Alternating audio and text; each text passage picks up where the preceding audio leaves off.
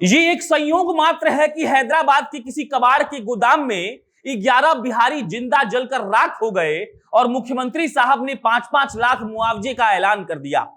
मुख्यमंत्री साहब से नीतीश जी का चेहरा याद मत करिएगा, क्योंकि हैदराबाद के मुख्यमंत्री साहब ने बिहारियों के लिए 5 लाख का ऐलान तो कर दिया है, लेकिन इस संयोग के बारे में हम क्या कहें,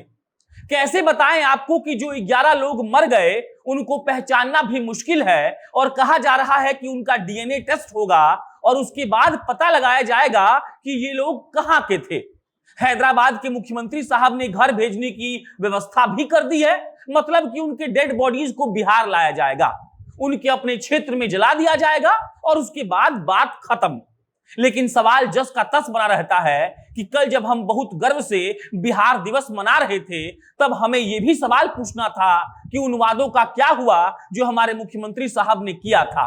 हम जब किसी लेख में ये लिखते हैं या पढ़ते हैं कि बिहारी देश और विदेश के हर कोने में बैठा हुआ है, तो शायद ये मेंशन करना भूल जाते हैं कि वो बैठा नहीं है, उसे बिठाया गया है, क्योंकि हमारे यहाँ का संसाधन तो हुजूरे आला ने कहीं और झोंक दिया है। इस खबर पर आकर चिल्लाने का सिर्फ इतना मतलब है कि हो सकता है कि जो घटना हैदराबाद में हुई हो वो महज एक संयोग हो, लेकिन जो प्रयोग हमारे नेता लोग पिछले 70 साल से बिहार के साथ कर रहे हैं, उसके बारे में जवाबदेही कौन तय करेगा।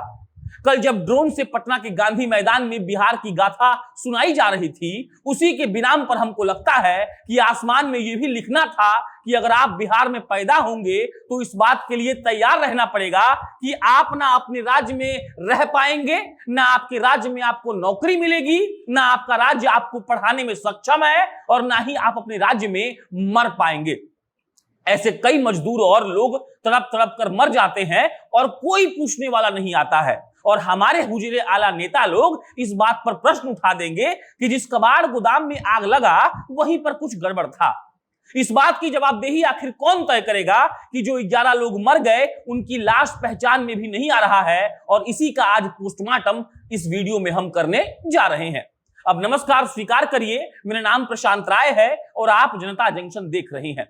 इसमें कोई दुख और उदास होने वाला बात नहीं है कि 11 बिहारी जिंदा जल गया सब। इस बात पर हमें बिल्कुल नहीं सोचना चाहिए कि बिहार के लोग हैदराबाद, पुणे, महाराष्ट्र, दिल्ली, बेंगलोर में दिहाड़ी पर काम करने के लिए क्यों जा रहे हैं। हमें इस बात से बिल्कुल भी मतलब नहीं होना चाहिए कि हमारे लोगों को हमारे जगह पर रोजगार क्यों नहीं मुहैया कराई जा रही है। हमें तो इस बात पर गर्व होना चाहिए कि हमारी राजनीतिक पार्टियां एक उपचुनाव में इतना व्यस्त हैं कि उनके पास समय नहीं है कि वो किसी राज्य की दशा और दिशा के बारे में सोच सके। हमारे मुख्यमंत्री साहब ने जब कोरोना में ये वादा किया था कि जो लोग वापस आए हैं उनको हम यहीं पर रोजगार दिलाएंगे, तो एक पल के लिए लगा था कि चलिए हो सकता है कि इस महामारी के कारण बिहार में हल्का फुल्का सुधार हो जाए। लेकिन मजाल है हमारे मुख्यमंत्री साहब का कि वो कुछ बढ़िया सोच सके। उनके पास दारू, शराब और नशा के अलावा कुछ नहीं बचा है, और जो मुख्यमंत्री साहब हमेशा यही कहते हैं कि हमको इस बात की जानकारी नहीं है, पता लगते ही हम इस पर कार्रवाई कर देंगे। उस मुख्यमंत्री साहब के लिए हम कहना चाहते हैं कि 11 लोगों की मृत्यु हो गई है। वो लोग आज से 1.5 साल पहले वहां पर काम करने गए थे और 1.5 साल पहले ही आपने ये वादा किया था कि जो लोग बिहार लौट कर आ चुके हैं उनको आप वापस नहीं जाने देंगे। हर जिला में एक लघु उद्योग लगाएंगे। जिला अधिकारी तक को यह बात कह दिया गया था, लेकिन अगर इसी बात पर यह सवाल पूछ लिया जाए कि हुजूर आपका वो वादा कहां गया, कौन से बिल में घुस गया, तो क्या आप इस बात का जवाब दे पाएंगे।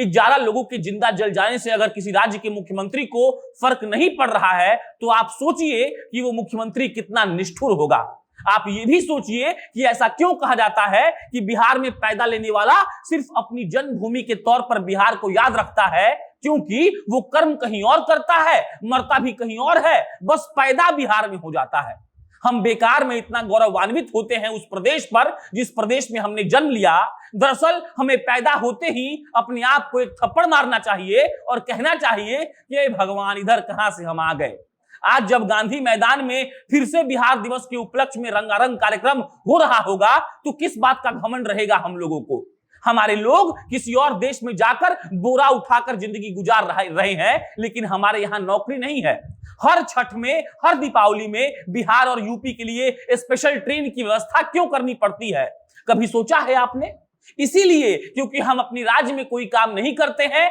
हमें अपने राज्य में कोई काम नहीं मिलता है, तो हम बाहर जाते हैं और बस किसी पर्व में लौटने के लिए सरकार हमारे लिए ट्रेन मुहैया करवा देती है। आज इस बात पर चीख चीख कर बहस होनी चाहिए कि जो 11 लोग हैदराबाद में मर गए उसका असल में जिम्मेदार कौन है। क्यों वो लोग हैदराबाद की कबाड़ के गोदाम में काम कर रहे थे और क्यों हमारे नेताओं को इससे फर्क नहीं पड़ता है।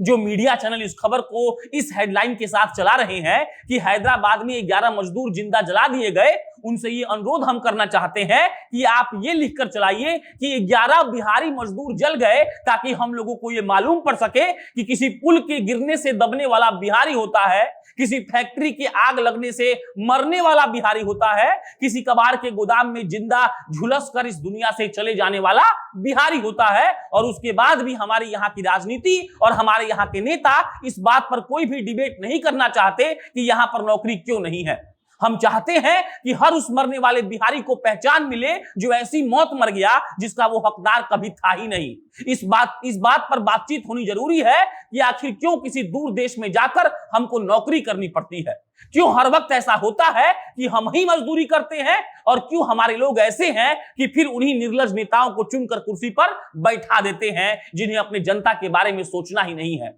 अगर इस दशक में भी हम नहीं सुधरे तो याद रखिएगा, बिहार एक दिन ऐसे मुहाने पर खड़ा होगा जहां से विकास नाम का कोई चीज नहीं दिखाई देगा। होंगे तो सिर्फ माफिया, होंगे तो सिर्फ मजदूर और वो करप्ट नेता जिनके लिए पैसा ही सब कुछ है और कुर्सी उनकी ख्वाहिश। बाकी उन 11 मजदूरों को श्रद्धांजलि जो इस सिस्टम के भेंट चढ़ गए, और नीतीश जी को बधाई कि उनकी पुलिस ने कल फिर से 1000 लीटर दारू पकड़कर उनके सपने को सच किया है। धन्यवाद।